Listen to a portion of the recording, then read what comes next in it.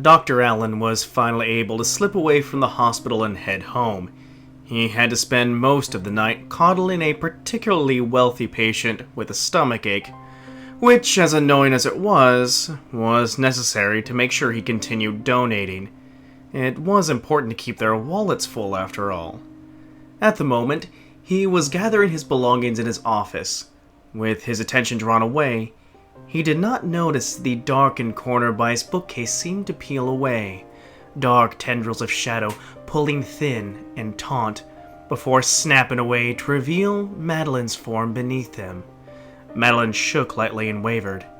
It was a new feeling to move in such a way and quite disorientating.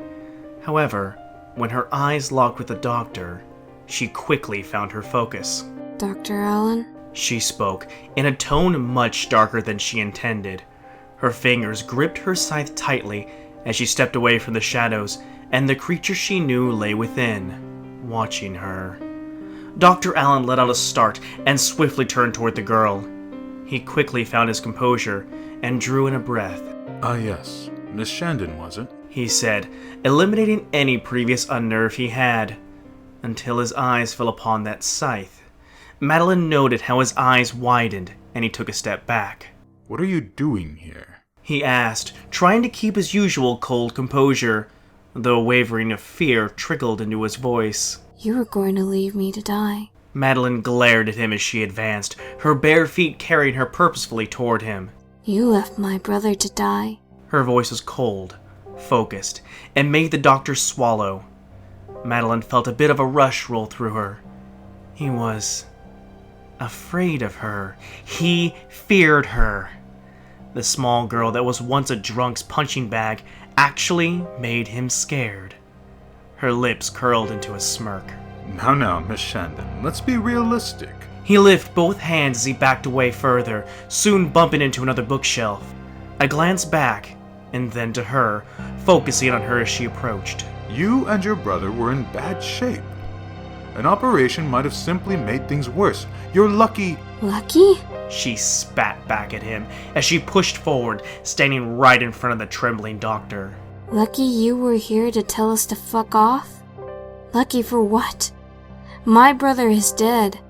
I was going to die.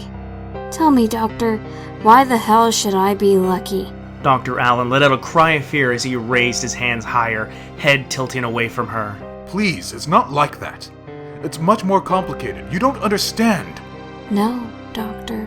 Meline shook her head, hand lifting to bring her scythe up into the air. Dr. Allen gasped at the sight and cowered downward. The girl before him looked nothing like the girl that was brought in. There was a darkness about her, and she should not be walking around. Meline should be on her deathbed. You don't understand, though. I'll make you. He wasn't going to give her the chance, though. Dr. Allen suddenly pushed away, running to the side to attempt to run around her.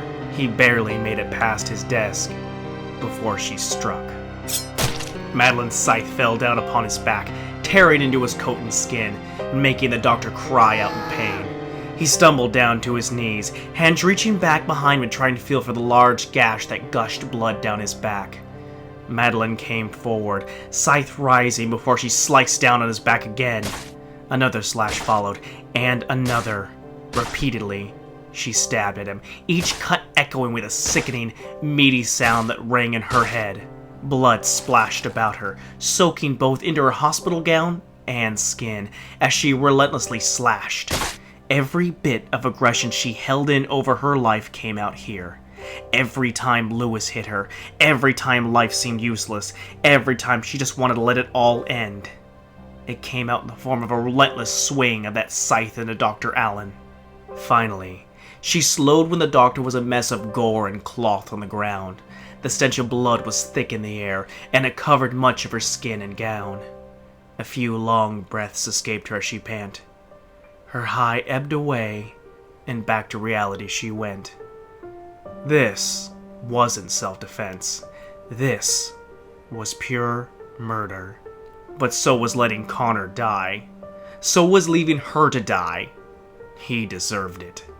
Meline felt it before she turned to see the creature peering over her shoulder. Its hand had fallen to her shoulder, holding it in its icy grip as it surveyed her work. He was a terrible man. Status before well-being. He will be missed by few. It regarded before drawing away from her. Meline turned toward him, her darkened gaze focusing on that shadowy beast. You said I would have my revenge on all of them. She told it, as she mustered up more of her newfound courage. A piercing chuckle came from it, before it turned back to her, blank and black head seeming to stare in her direction. I will fulfill all, but do not fret. Come down. And the creature crawled, with spider-like limbs, toward the same darkened corner they had appeared from. It slipped into the shadows, vanishing as if it had never been there. Meline swallowed, and looked back to the mess that had once been Dr. Allen. One more, and Connor will have justice. For a moment, she questioned herself as she eyed the bloody remains before her. This wasn't right. Even if the world was better without Dr. Allen or Uncle Lewis, murder was still murder, right? She shook those thoughts from her mind and focused on Connor. She'd never seen those bright eyes again, or his smile. He'd never grow up, and he would never have a chance for a better life. And for that, there was hell to pay.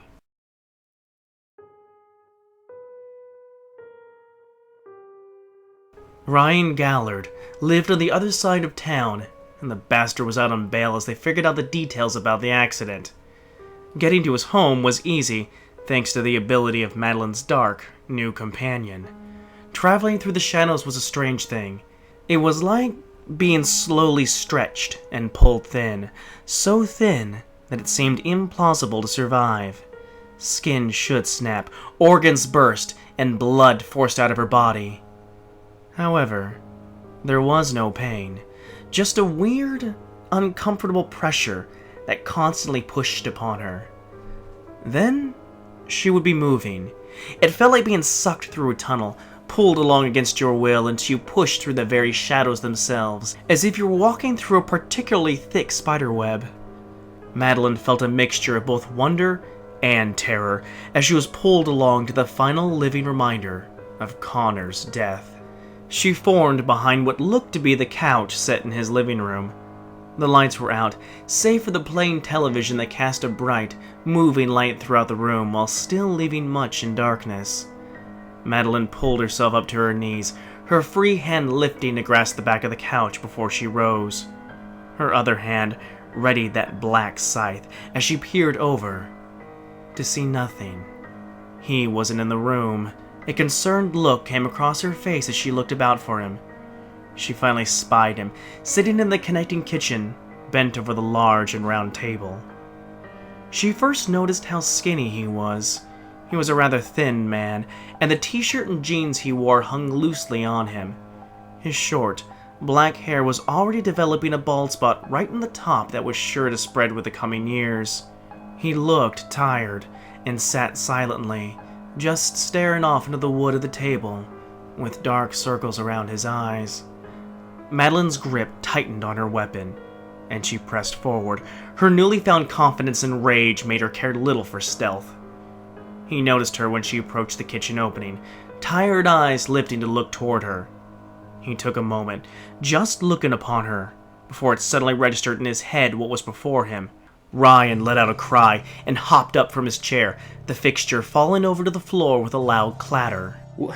What do you want? He asked as he stepped back. Why are you in my house? She could see fear welling in him, that same sweet fear Dr. Allen felt. Meline lifted her scythe slightly, letting her thumb toy with the tip as footsteps carried her around the table toward him, like a stalking predator. You don't know who I am? She began, her voice dark and low.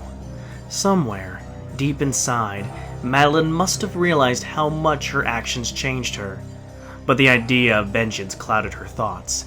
It clogged every rational nerve in her brain and forced her to focus on one thing: the pain she was about to bring on the man before her. Ryan stared at her in a mix of fear and curiosity. Then, it hit him. Oh God. He spouted as his hands rose to grasp the sides of his head. You're the girl. Meline, right? He recognized her. Good. Then he would understand the consequence of his actions. I'm so sorry. Ryan apologized. Meline scoffed and tilted her head. You're sorry? Of course you're sorry now. She wasn't surprised at his apology after death stared into his gaze. It would take much more than that to save his life. No, I'm sorry. He yelled again at her as tears welled in his eyes. His look turned more oddly frustrated as he continued. It was an accident. I didn't mean to hurt you or your brother. But you did. Meline screamed as she hefted the scythe up. You killed him and you almost killed me. You're gonna pay. And then she brought the scythe down upon him. Ryan raised his arms, lifting them to protect his body as the cold steel bit into the flesh of a limb. He cried out and stumbled back, hand moving to hold the now bleeding wound. His eyes never left her, though, even as he fell to a knee and she loomed over him, scythe once again rising to striking position. No, I... He stammered as she glowered down at him. Just one moment away, and Connor will be at rest.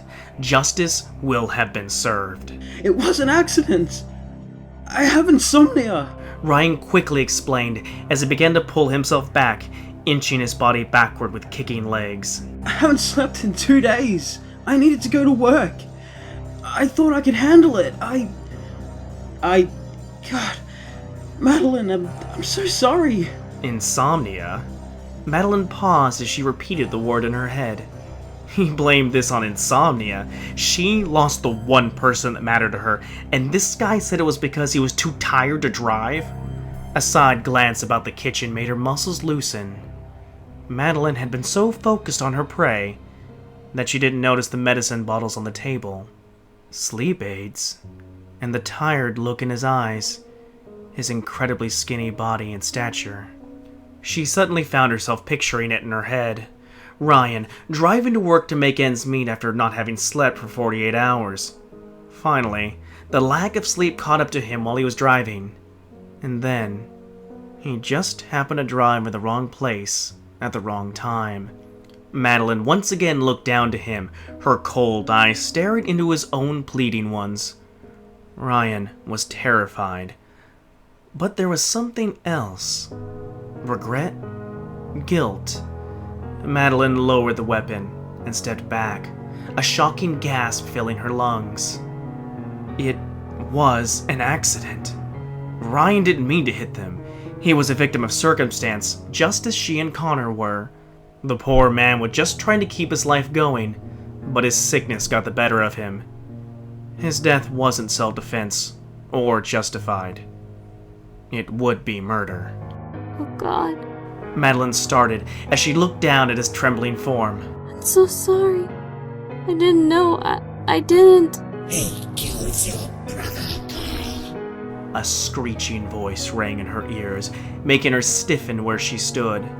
Meline felt the creature behind her, felt its icy tendrils grasp her shoulders, her waist, her legs. Oh God, it was crawling on her. He deserves to die. He will feel the pain. You will give it to him. No!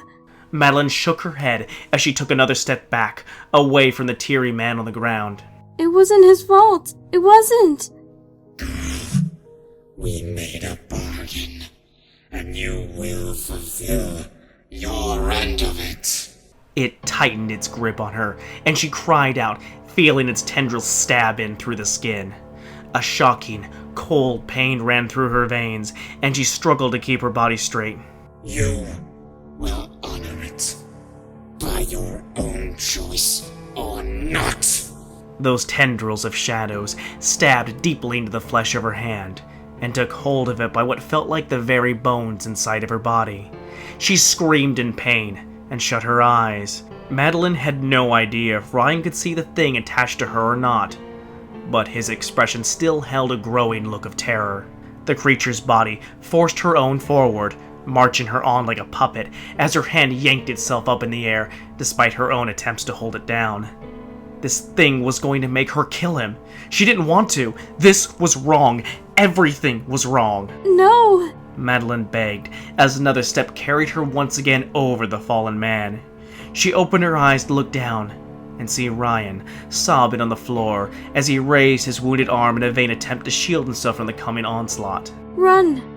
You have to run! Get away from me! Meline yelled to him, but the man's fear had gotten the best of him. He was frozen in his spot, sobbing as death loomed closer. Meline felt the shadows jerk downward, tearing her arm down with it. The scythe fell upon him. Ryan screamed as the first slash stabbed into his arm again. Another tore more flesh away from the appendage. A third knocked it aside, blood spurting along the kitchen cabinets. The next series found their way into his torso, tearing flesh and scraping along bone. Meline screamed along with him as she was forced to carry out her deal to the end. Soon, only her own screams and cries echoed in the house.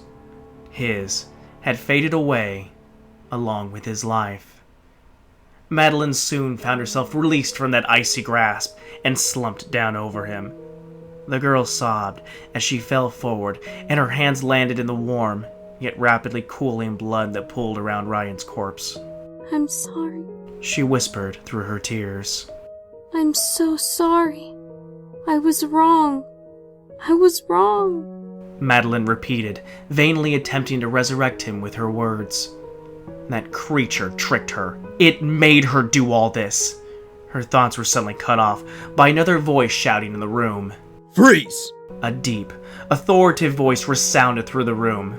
Meline lifted her tear-stained face toward it to see a uniformed officer standing in the kitchen entranceway. His gun was out and pointed right at her, his face a mixture of disgust and anger. Slowly step away from the body, miss, and put your hands in the air. Meline hung her head for just a moment and drew in a long breath, enough to calm what few nerves she still had in her. This was justice. She'd be punished for her crimes. It was what she deserved. Resigned to her fate, she went to lift herself up. Her body didn't move. A terrified squeak emitted from her as, once again, those cold talons of shadow latched themselves into her skin. She felt a numbingly cold breath in her ear, followed by a screeching of words right up against it. Our deal does not end with your revenge. You will bring pain to the world far beyond that. It wrapped itself around her fingers and tightened, causing her to close her hand about the demon's scythe. Don't you dare! Drop it! The cop commanded as she drew the scythe closer to herself, his gun still pointed directly at her. Let it go and step away! The creature held her there a moment longer, before Meline let out a loud yelp of pain. Threads of shadow stabbed through her limbs and her body. It jerked her up to her feet and threw up her scythe-wielding arm. She shook her head, trying to fight it, but she could do nothing to stop it from sending her lunging forward at the officer. The first shot rang out and made her lurch back with a new pain that stabbed into her chest. Another blast resounded and made her stumble in her uncontrolled attack while the bullet pierced her stomach. The third hit her chest again and forced her down. Each shot that hit her was like a truck slamming into her body. She felt the pain, but this was different. It was a hot lance of pain that shot from her chest out the rest of her body. It hurt. Oh God, did it hurt. But it was a welcome relief from the cold, unnatural pain that shadow inflicted on her. Meline fell backwards, her body slumping to the ground on her back. Her eyes fluttered and slowly shut as she drew in what she thought to be her last breath, while blood trickled from her wounds. Death. It was appropriate. A life for the lives she took. Maybe something on the other side would have pity on her and let her see her brother again. Foolish girl. The freezing hiss blew against her ear, making her shudder even as life ebbed away from her. Death will not break you from this contract. The world once again came into focus as the shadowy creature crawled on top of her. She trembled, her body freezing cold as it enveloped her. A small, weak cry, and she watched it lift a shadowy hand into the air, before it plunged right into the bullet hole in her stomach. Meline yelled and squirmed where she lay, feeling that inky beast bury that appendage into her. The peace of death left her swiftly, only to be replaced by freezing pain. It started in her stomach and spread out, inching to the rest of her body. She could feel it move, feel that blackened shadow running through each of her veins as it entered and spread like a disease through her. She cried and squirmed as it invaded her, filling her with ice-cold darkness. It sank inward, running through her organs and making them feel rotten within her, before extending out to even the tips of her fingers and toes, corrupting every inch of her in a slow and thorough manner.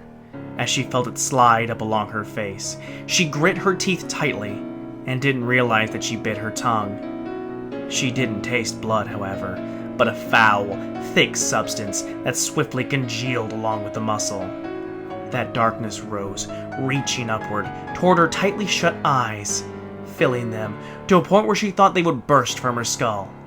The creature allowed at least one bit of mercy, for when it felt like the shadows finally took her, Madeline's consciousness faded away to black.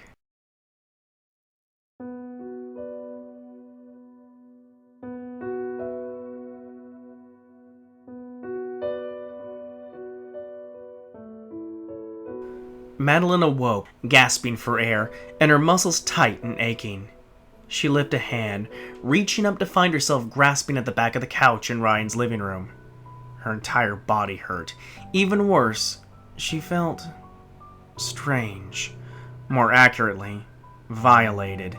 It felt like somebody had reached inside of her and molested something deep within her, beyond anything she could comprehend. She was cold as well, even freezing. Each breath she released turned swiftly to visible vapor in the air before her. Slowly, she rose to her feet. One foot found itself stepping into something warm and wet, making her pause to look down to see what it was. Blood. A loud yelp, and she stumbled back from it, pulling herself along the couch as she looked about in horror. Blood had been splattered all around the room. And not just blood. She could see, in the dim light from the TV, chunks of flesh mixed with the crimson liquid. Her eyes wandered around the room in searching horror until she found the source. The police officer lying the table in the middle of the room. He had been completely eviscerated, with his body mutilated almost beyond recognition. She could still make out enough details, though, like parts of his torn-up uniform, his face locked in an expression of absolute horror and pain, and the gun that was still grasped in his hands. Meline lifted a finger toward the bullet wound in her stomach. She found the hole in her hospital gown and pressed in to feel the wound. It didn't hurt. Not anymore, but she felt something wet trickle from it. Assuming it was blood, Meline lifted her finger up to look at the substance. A black ooze trickled down her finger, dark and ebon in color. This wasn't blood. It looked like ink, and it was coming from her. A terrified yell, and she scrambled back, as if trying to escape herself. Meline turned, and was going to make a bolt for the door, when something caught her attention. Ryan had a large mirror set in the wall behind the couch, and the reflection she glanced at caught her gaze. Meline saw herself, though more accurately, what she had become. She saw a girl with long, blackened strands of hair hanging down to pale white shoulders. A hospital gown covered that white skin and was stained with the drying blood of the people whose lives she stole. The bullet holes in it were still visible and leaked a viscous, inky fluid that could only be what now pulsed through her veins. She could see those sickly, black veins pumping that ink through her body, contrasting with her pale skin and branching out like a dying tree. Her eyes were fully blackened, leaving no trace of white within them, and seemed to swirl and shift like the shadows in the room. Something lay beyond them, hiding and waiting to take over. And finally, grasped still tightly in one hand, was the symbol of everything that had turned her towards this thing before her. The scythe. It still seemed darker than the world around it, and even that fluid that now ran through her body. Its cold felt even colder than she, and it radiated a harsh, unholy feeling in her hand. Newly spilled blood coated the blade and dripped to the ground to join the puddles that now covered the floor. Meline screamed, and the creature in the mirror screamed back with her. Blackened tears began to stream down her pale cheeks, furthering her more away from her previous humanity. And, as she cried, she heard that same hissing voice. No longer did it whisper in her ear, however. She heard it in the swirling of her own thoughts, loud, clear, and inescapable. My sweet angel of death. It whispered, followed by a deep, coughing laugh. You have performed well. There is much to be done still. Our bargain does not end here.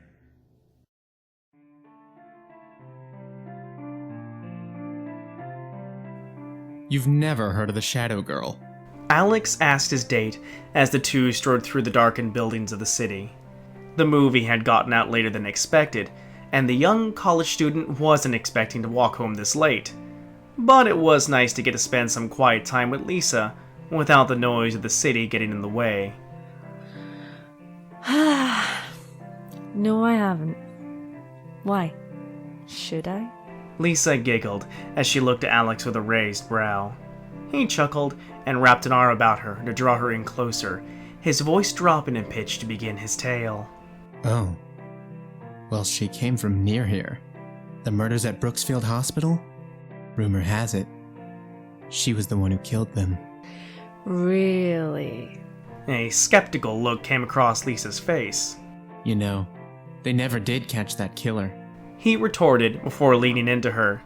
He whispered right into her ear as he dropped his pitch to a deep, sinister tone. And it's said she still preys on people, slinking from the shadows as she cuts them down, all while pleading with you to run from her. She doesn't want to kill, but the dark desires in her make her. He ended it with a small but sudden shake to her shoulders, making Lisa jump a bit before she smacked him in his arm. Oh yeah. So scary. It's really childish to believe in those things. Childish? Yeah, but still entertaining. Alex chuckled, rubbing his shoulder for a moment before catching up to walk next to her. The two chatted for a block or two longer before the quiet sounds of city nightlife were broken by what seemed like shuffling and crying.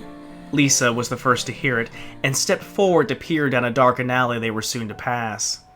What she saw made her gasp and her skin crawl, but she tried her best to swallow it down with rationalization.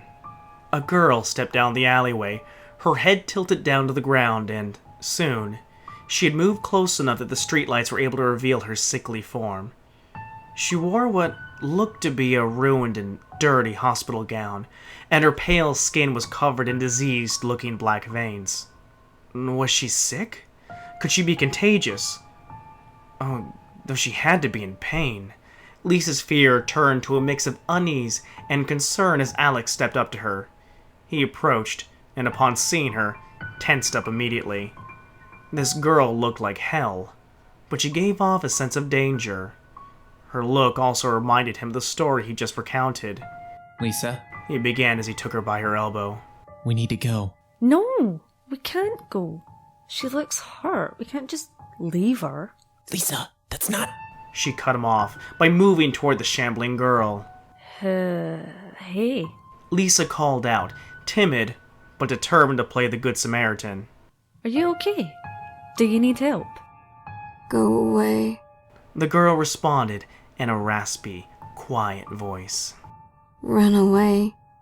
Don't ever come back here. This made a chill run down Alex's spine. The story rang in his head once again, and he moved forward to Lisa's side. Okay, that's it. We're going. He spoke quickly as he took her by the arm. Lisa, however, came to a different conclusion. The story he just told her, and the fact that he liked to joke around, made this all seem a little too convenient. Creepy girl appearing right after he talked about some shadow girl murdering people? Yeah, sure. She glared at him and shoved him back harshly. Oh, I see what this is. You just tell me that story, and now you're trying to scare me? Someday you turned out to be asshole. She glared at him before turning back to the girl, her fear now replaced with bitter anger and annoyance. She stepped right up to the strange woman and placed her hands on her hips. Alex really put you up to this. You got some nerve pulling a stupid prank. Don't you have better things to do? The girl stopped as Lisa approached her, and she tilted her head up. Despite thinking this was a prank, those swirling black eyes that seemed to dance in their sockets caused her to take a step back at unease. Lisa swallowed, but held her ground as fists clenched. A sad look seemed to slip upon the girl's face before a shifting of movement caught Lisa's eyes. She looked down to see the girl's hand slip out from behind her back and find it was clasping tightly to a blackened, metallic scythe. You should have run from me, she whispered as she lifted the weapon into the air. Lisa screamed and moved a step back. The sudden movement, however, was uncoordinated, and her foot came down at an angle, making her stumble and then fall backward to the ground. The shadow girl loomed over her, scythe high in the air. I told you to run, she yelled, before the scythe fell downward upon the girl before her, hacking into her as Lisa's cries of fear turned into screams of pain. It tore once into her chest, the sound of ripping cloth and skin echoing in the alley. Alex yelled something and burst forward, slamming into the shadow girl as his date bled below her, the poor girl coughing and clutching at the gash in her chest. He slammed the monstrous girl up against the side of a building. You get away from her! He yelled down to the shadow girl as he held her against that wall, his eyes locked with hers, and widened at the swirling mass of black that lay within. Something stirred in those eyes, something evil and alive. For a small moment, he almost thought he heard something from them, a kind of cackling hiss, before that something soon burst from her hues, inky black tendrils of shadow reaching from her sockets and wrapping themselves around his skull. Alex screamed in agony as those tendrils of darkness dug into his skin and bone, spikes of icy cold hitting his nerves wherever they touched. She leaned in, and for a moment, he thought he could see a blackened tear stream down one of her cheeks. Please, why won't you run? She asked in a sad, raspy voice that almost made him feel sorrow for the creature before him, until those tendrils of blackness ripped outward, tearing his skull apart from where they dug in. Blood and bone flew from his head, and Alex slumped to her feet, his head nothing more than a bloody, gory mess.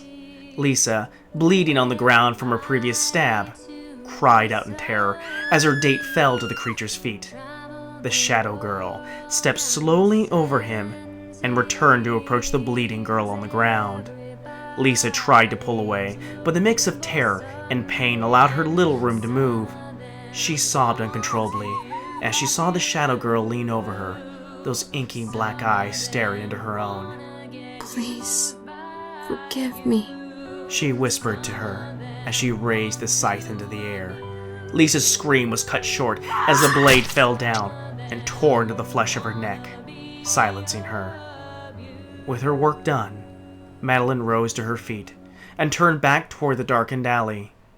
Some listened, some didn't, and every death made her heart retch in pain. She just wanted to collapse, to cry for the two mercilessly cut down by her own hand. But the shadow girl would not. She, instead, was forced forward and stepped toward the darkest place in the alley, where the lights were cut off by the presence of a long-forgotten and disused dumpster. As she entered, the darkness pulled itself around her tightly, and soon she vanished, on to the next hell her captor would force her to. There would be no rest or peace for her. The shadow girl had a bargain to fulfill.